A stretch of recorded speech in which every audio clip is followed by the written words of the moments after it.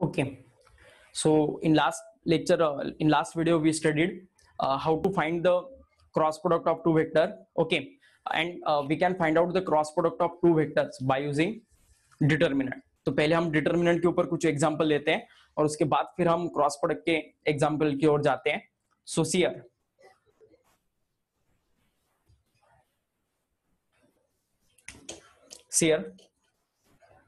तो अभी आपको अगर डिटरमिनेंट दिया जाए, सपोज देखो अब कुछ ऐसा डिटरमिनेंट दिया है आपको 1 2 3 -1 2 1 3 2 1. ओके, तो ऐसे आपको डिटरमिनेंट दिया जाए तो इसका सॉल्यूशन कैसे निकालोगे आप?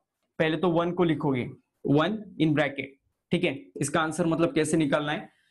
तो देखो अब 1 इन ब्रैकेट, अब क्या करना है, इसके कॉलम के और इसके रो के कोएफिशिएंट को छोड़ देना है. 2 इंटू 1 -2 इंटू 1. ओके, सो 2 इंटू 1 मतलब इन दोनों का प्रोडक्ट होगा माइनस क्या आएगा 1 इंटू 2. ओके, तो इस वजह से ये प्रोडक्ट रहेगा. अब बीच वाला कोएफिशिएंट लेने से पहले क्या लेना पड़ेगा आपको? माइनस. सो -2 इन ब्रैकेट क्या आएगा फिर उसके कॉलम के और उसके रो के कोएफिशिएंट को छोड़ देना है.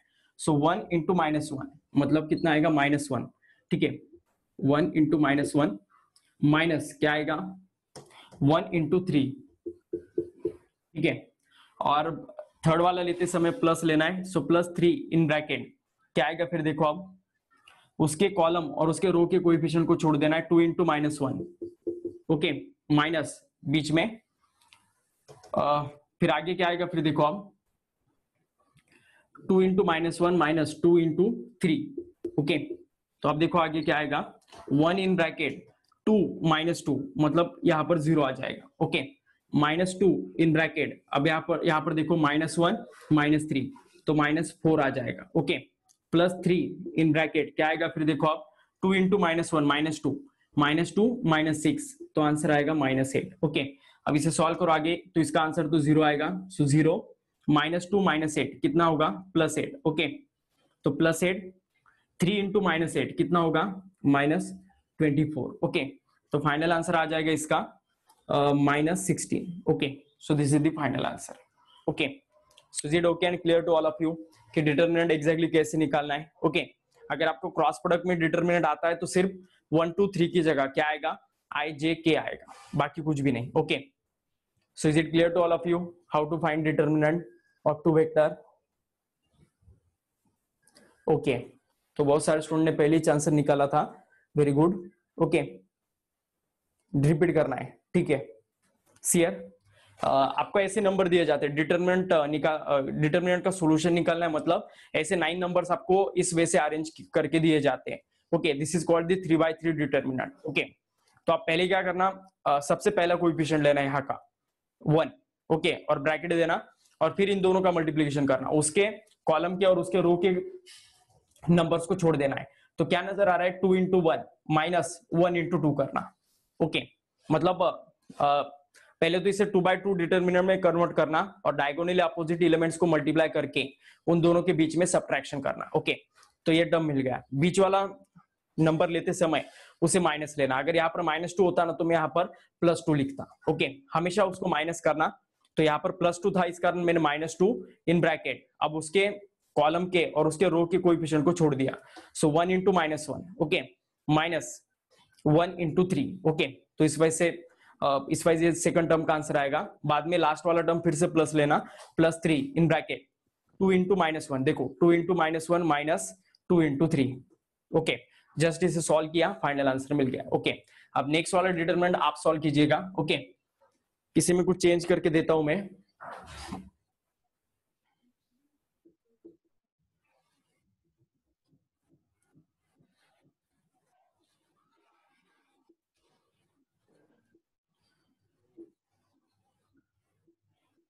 Okay, find the determinant of this vector. Sorry, ये क्वेश्चन का आंसर निकालो, आप डिटरमिनेंट निकालो इसका. कितना आएगा आंसर?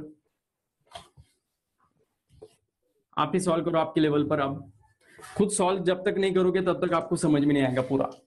1-2 बार सॉल्व करो, गलत हुआ तो गलत, लेकिन धीरे धीरे फिर आपको समझ में आ जाएगा. Okay, so try to solve this determinant.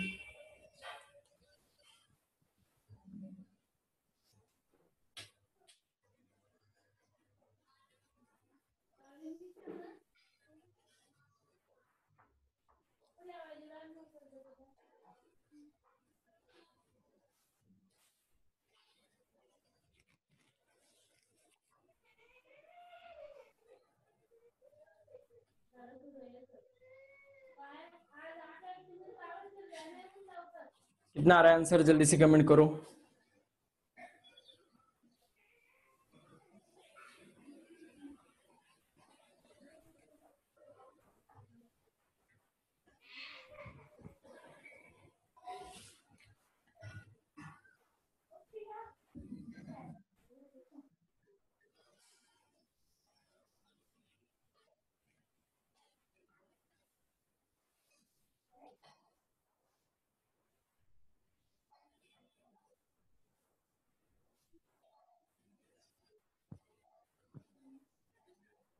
-16, ठीक है। और किसी स्टूडेंट का सॉल्व करो जल्दी से। -16, -12, -16, -16, ठीक है। और कोई स्टूडेंट? ठीक है, मोस्टली स्टूडेंट का -16 आ गया है। एक बार हम वेरीफाई करते हैं। ओके ओके ओके, ठीक है। तो अब मैं आंसर निकाल रहा हूँ, देखिएगा आप। पहले ये कोएफिशिएंट एज इट इज रहेगा, -1, ओके। और फिर क्या आएगा, उसके कॉलम के और उसके रो के कोएफिशिएंट को छोड़ देना है। 1 इंटू 2 माइनस, ओके, क्या आएगा फिर देखो आप, 1 इंटू 2 माइनस, ये माइनस किसका है, डिटर्मिनेंट का, ओके। और फिर -2 इंटू 1, ठीक है। सो -2 इंटू 1, ओके, ये पहला टर्म रहेगा। दूसरा टर्म लिखने से पहले माइनस देना पड़ता है, ओके। तो इस कारण -1 इन ब्रैकेट क्या आएगा फिर, ये वाला और ये वाले कोएफिशिएंट को छोड़ देना है, 2 इंटू 2, 2 इंटू 2, ओके। और -2 इंटू 3 है, सो माइनस डिटर्मिनेंट का और -2 इंटू 3, ओके। तो इस वाइज कुछ आएगा। फिर क्या हो जाएगा, +2 in bracket, +2 in bracket 1 into 2 into 1 -3 into 1, okay. तो ऐसा कुछ रहेगा। अब इसे सॉल्व करो सिर्फ, ओके। तो देखो आप, -1 इन ब्रैकेट क्या आएगा, 2 इंटू 1 2, -2 इंटू 1 -2 होता है, ये वाला -2 और ये वाला माइनस क्या होगा, +2, ओके। -1 इन ब्रैकेट क्या रहेगा, देखो आप, 2 इंटू 2 4, माइनस 4 माइनस ऑफ -6 मतलब 4 + 6 आएगा, ओके। और फिर +2 इन ब्रैकेट क्या आएगा फिर देखो आप, 2 इंटू 1 -3, तो आंसर आएगा माइनस, क्योंकि जब मतलब 2 -3 है, तो 2 -3 आंसर -1 आएगा, ओके। फिर क्या आएगा फिर देखो अब, -1 इन ब्रैकेट 4, -1 इन ब्रैकेट 10, और 2 इंटू -1 -2 बन जाएगा, ठीक है। So -1 into 4 -4, -1 into 10 -10, -2, okay. तो फाइनल आंसर आएगा -16, okay. So -16 is the correct answer, okay. So is it okay and clear to all of you? Just addition subtraction है, okay, just addition and subtraction है।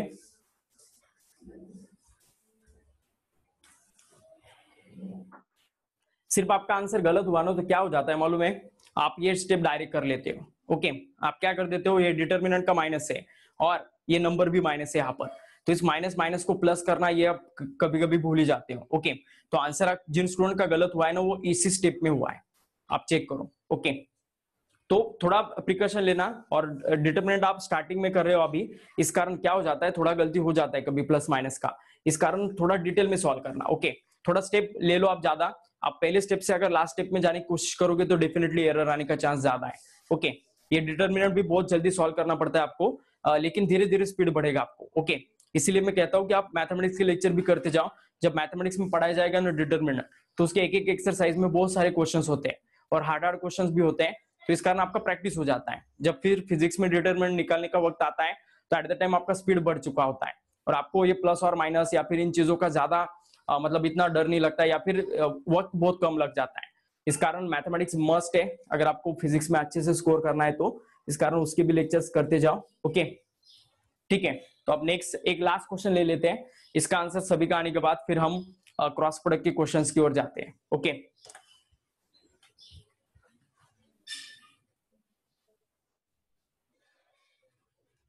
Last question है आप एक determinant का, सभी solve कीजिएगा, फटाफट आंसर लाना है आपको।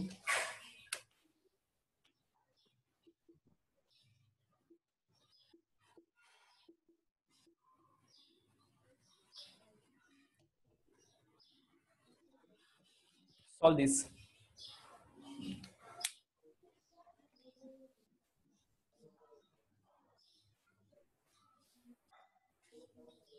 ठीक है, नेटवर्क प्रॉब्लम रहा तो मैं रिकॉर्ड कर रहा हूँ लेक्चर को। ओके,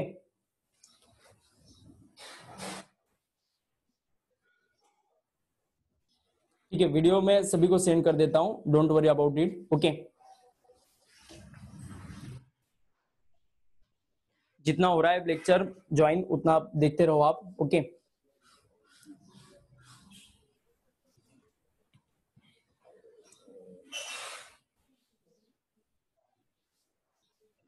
चलो निकालो इसका आंसर जल्दी से।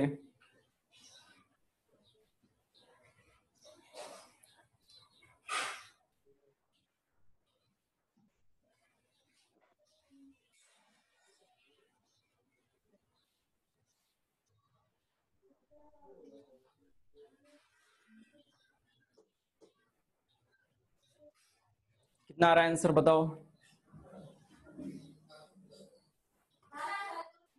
16, इसका भी 16 आ गया। ओके, ये +16 है। ठीक है, ठीक है, तो बहुत सारे स्टूडेंट ने आंसर दिया है।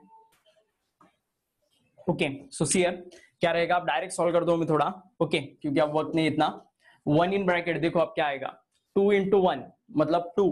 ओके, माइनस डिटर्मिनेंट का 2 × 1 2। ओके, माइनस देखो यहाँ पर -1 है और यहाँ पर हम डिटर्मिनेंट निकालते वक्त -1 लेना पड़ता है, तो माइनस ऑफ -1 +1 हो जाएगा। ओके, ये और ये नंबर्स को छोड़ देना है। 2 × 3 6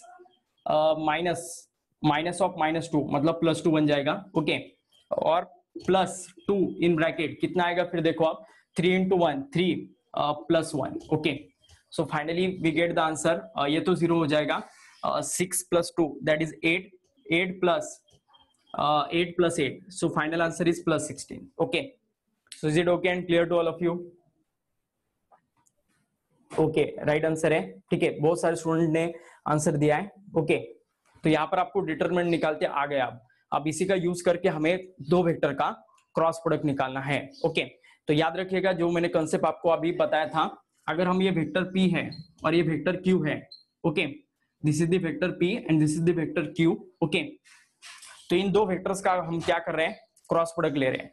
तो ये जो क्रॉस प्रोडक्ट होता है ना, ये होने के बाद जो वेक्टर हमें मिलता है, okay, resultant vector after multiplying this two, after taking cross product of this two vector, मतलब कौन सा वेक्टर मिलेगा हमें, vector P cross vector Q। Okay, उस वेक्टर का नाम क्या होगा, vector P cross vector Q। तो ये रिजल्टेंट वेक्टर इन दोनों भी वेक्टर को परपेंडिकुलर रहता है।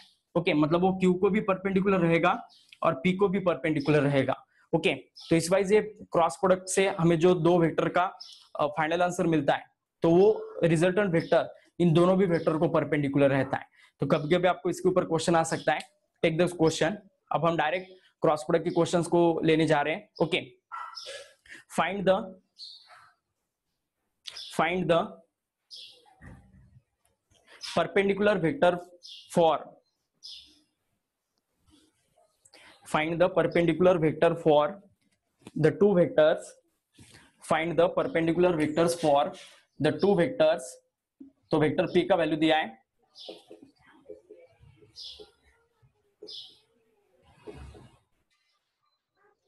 find the perpendicular vector for the two vectors, और वो दो वेक्टर्स कुछ ऐसे दिए हैं, i cap -2j cap +3k cap, और वेक्टर Q का आंसर लिखो अब, वेक्टर Q का वैल्यू लिखो अब।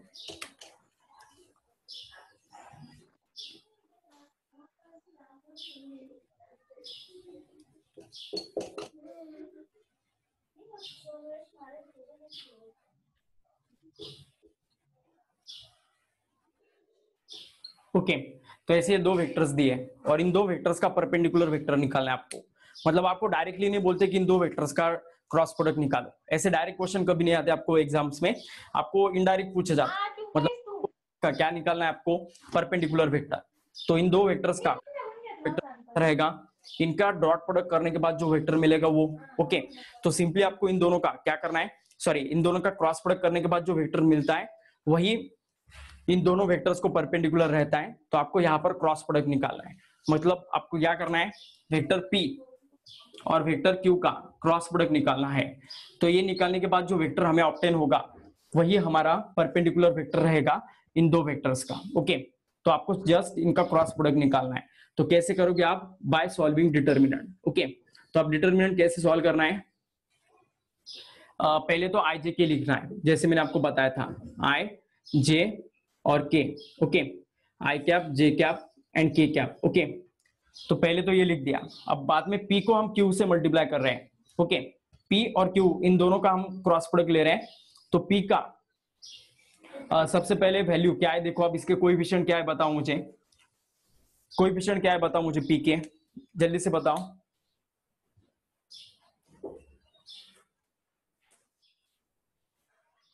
Tell me the coefficient for this two vectors. I cap मतलब कितने रहेंगे कोएफिशिएंट बताओ? P X, P Y, P Z नहीं, इनके वैल्यूज बताओ, वैल्यूज बताओ इनके अनिकेत। 1, -2, 3। ओके, देखो आई कैप को कोई मल्टीप्लिकेंट नहीं है, मतलब यहाँ पर 1 होगा, तो यहाँ पर 1, -2, 3। ओके, तो इन कोएफिशिएंट को कहां पर लिखना है? अब इन कोएफिशिएंट को कहां पर लिखना है? यहाँ पर, क्योंकि हम पी को क्यू से मल्टीप्लाई कर रहे हैं। क्यू को पी से करते हैं ना, तो क्यू के कोएफिशिएंट ऊपर लिखने पड़ते हैं। याद रखना, क्रॉस प्रोडक्ट में सीक्वेंस बहुत इंपॉर्टेंट है। ओके, तो पी के कोएफिशिएंट क्या रहने वाले? 1, -2, 3। ओके, अब क्यू के कोएफिशिएंट बताओ। 2, 1, -1, 2, 1, -1। ओके, तो इस वाइज ये आने वाला है। तो देखो अब आगे क्या करना है? आई कैप इन ब्रैकेट, जैसे हम कर रहे हैं डिटरमिनेंट सॉल्व वैसे ही करना है। आई कैप इन ब्रैकेट क्या आएगा फिर? देखो अब -2 × -1 +2 आएगा। ओके, -3 ये पहला टर्म। दूसरा टर्म लिखने से पहले क्या करते हैं? हम माइनस साइन देते हैं। So minus J cap in bracket क्या आएगा फिर? ये वाले और ये वाले कोएफिशिएंट छोड़ देना, 1 × -1 दैट इज -1, -6। ओके, प्लस के कैप इन ब्रैकेट क्या आएगा फिर? देखो अब 1 × 1 -4 मतलब +4 बन जाएगा। ओके,